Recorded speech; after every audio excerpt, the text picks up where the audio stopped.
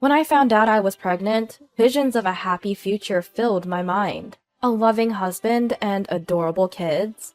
I thought we would build a wonderful family and live happily ever after. Little did I know, a harsh reality awaited me. This is the story of my battle with my controlling husband. My name is Patricia, and I'm 30 years old. My husband's name is Robert. He's a 34-year-old office worker. We've been married for almost 2 years. Robert has a bit of a controlling streak, probably because he's older.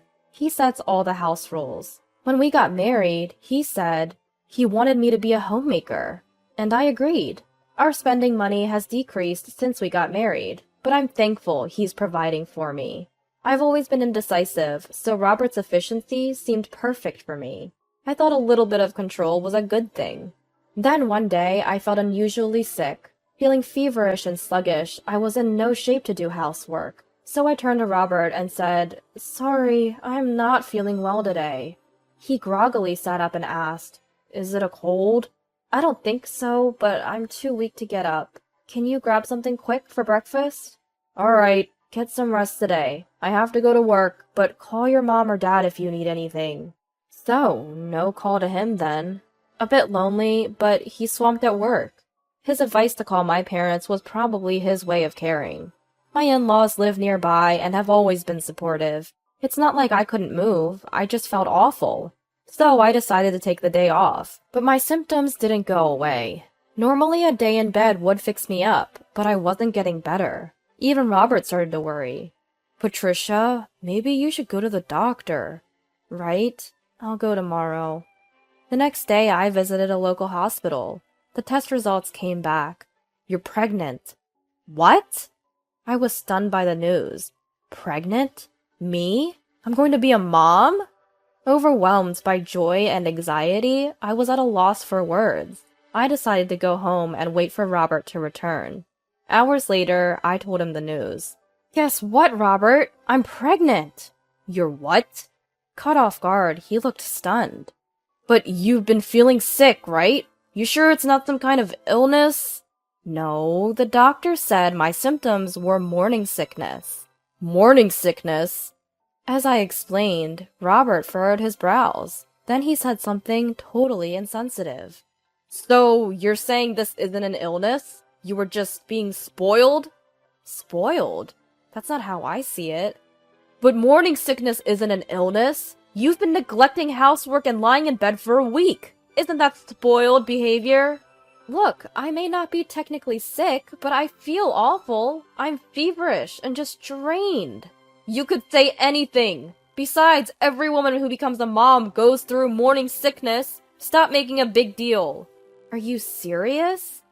The words her husband returned were completely unexpected. She had thought he would be thrilled about her pregnancy. "Anyway, from tomorrow, take care of the house, as usual." "But I've been nauseous since last night."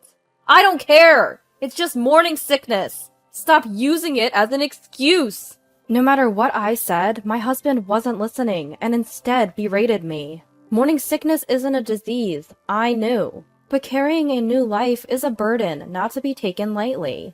Most men might not understand the difficulty of pregnancy, but the harsh words from my husband were almost unbearable. I tried my best to manage the housework the next day.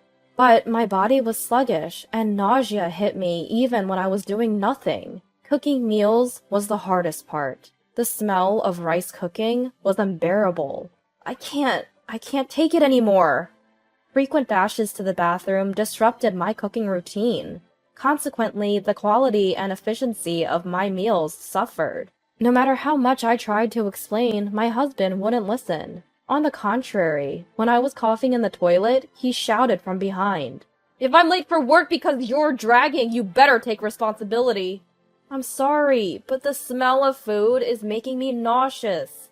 "I don't care! I'm not listening to your excuses." "Excuses? I didn't mean to—" "What if your slowness makes me late for work? Can you take responsibility for that?" My husband just keeps yelling, completely disregarding how I feel. Physically and emotionally, I'm feeling cornered. Somehow, I managed to finish preparing breakfast, fighting off nausea. Despite this, my husband doesn't touch his breakfast. Great, now there's no time for breakfast because you were so slow. Get it together! With that, he slams the door behind him. Why is this happening? I haven't done anything wrong. Why do I have to be treated so horribly when I'm just trying to nurture our child inside me? Frustration and emptiness mix, and I can't stop the tears. This goes on for about 2 weeks. One day, after confirming my husband has left for work, I lie down. Today, my nausea is worse than ever. I need to eat something for the sake of our baby, but even drinking water makes me throw up. I must have dozed off because when I wake up, it's already noon. I need to eat and take care of the house. Just then, my phone rings. It's my husband. With a sinking feeling, I hesitantly answer. Hello? You took too long to answer! You weren't sleeping, were you? I'm sorry, I wasn't feeling well this morning. I was about to start on the housework. He abruptly hangs up. Then a text from him arrives. Almost yelled at work, so I hung up. Patricia, are you mocking me? I feel a bottomless fear reading his furious words. My hands tremble as I hold the phone. Please don't be mad. I'll do better. I'm done with you. The texts stop.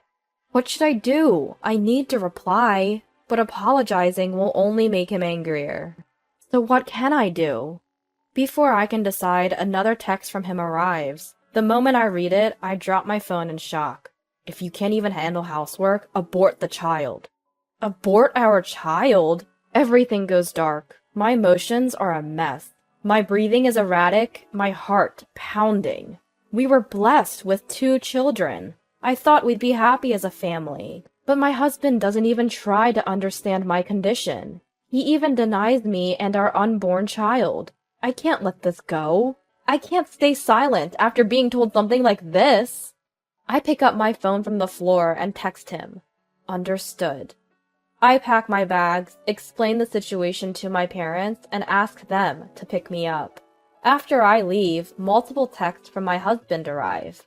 Where are you? If you can go out, you must have been faking it. Come back now, or I'll divorce you. Does this man know anything other than attacking or threatening? By this point, my love for my husband had completely cooled off. When he even called my parents' house, I told him I have no intention of coming back, and blocked his number. Patricia, are you sure about this? You'll be giving birth alone, you know. My mom asks, concerned for her daughter. But my mind is already made up. It's okay. I'll protect this child. My mom gives me a complicated look, but says, we'll support you in any way we can. A few days later, having cut off all communication, my husband shows up at my parents' house, bringing his own parents, father-in-law and mother-in-law. Patricia, what are you thinking? Stop lazing around at your parents and come home now. As soon as he sees me, my husband starts yelling. Even father-in-law and mother-in-law join in, blaming me. How could you abandon your duties as a wife and dump everything on our son? Are you even a homemaker? We never thought Patricia would be like this. Were you just pretending all this time? We don't need a lazy wife in this family. Abandon my duties? Dump everything on him? This is ridiculous. I've done no such thing. I take a deep breath and give them a piece of my mind. Enough is enough! When did I ever dump anything on Robert? Abandon my duties?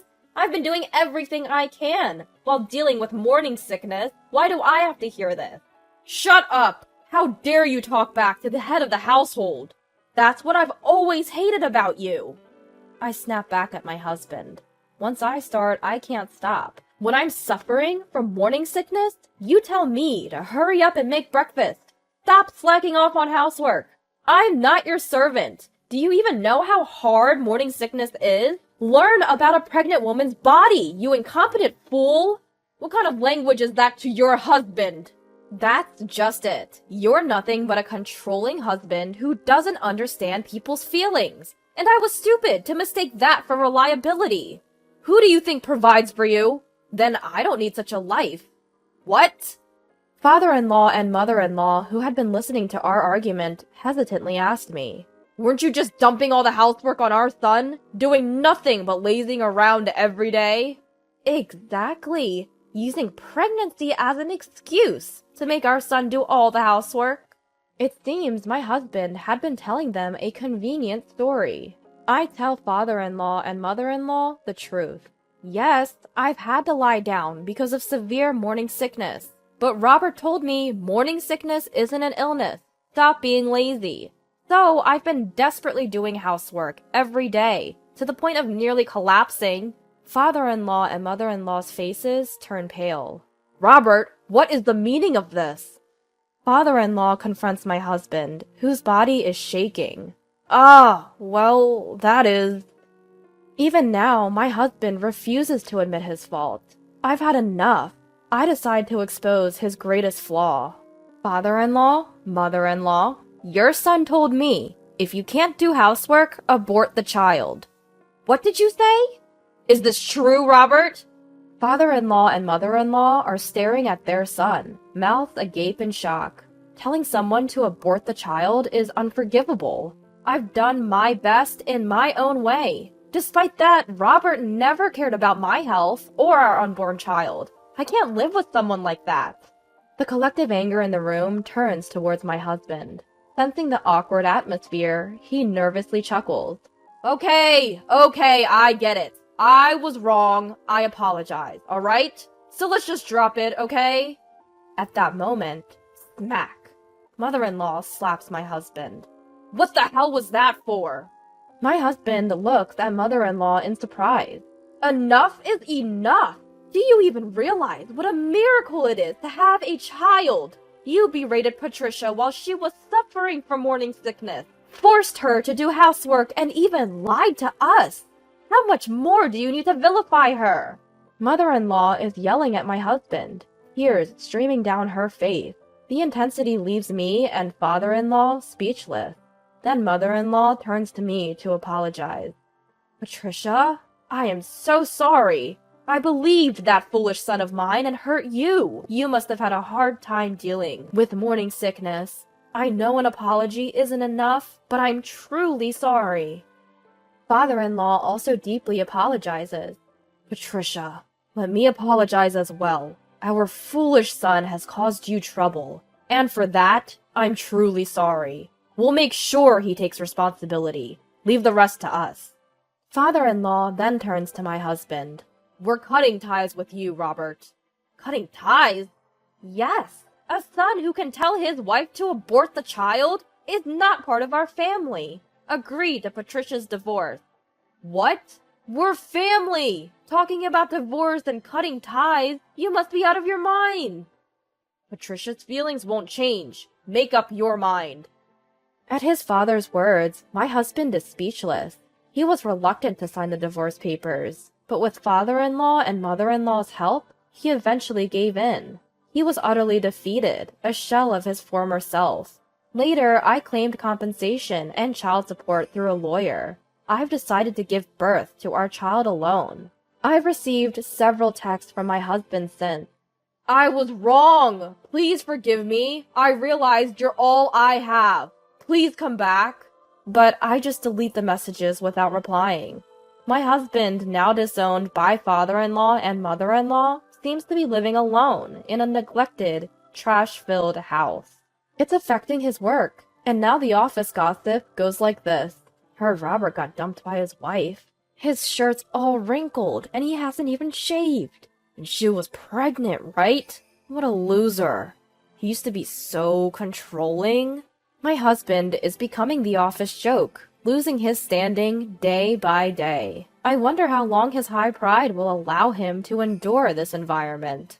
Well, it's none of my business anymore. From now on, I want to focus on my unborn child. Even without a father, I intend to shower this child with all the love I have, so they can feel truly happy.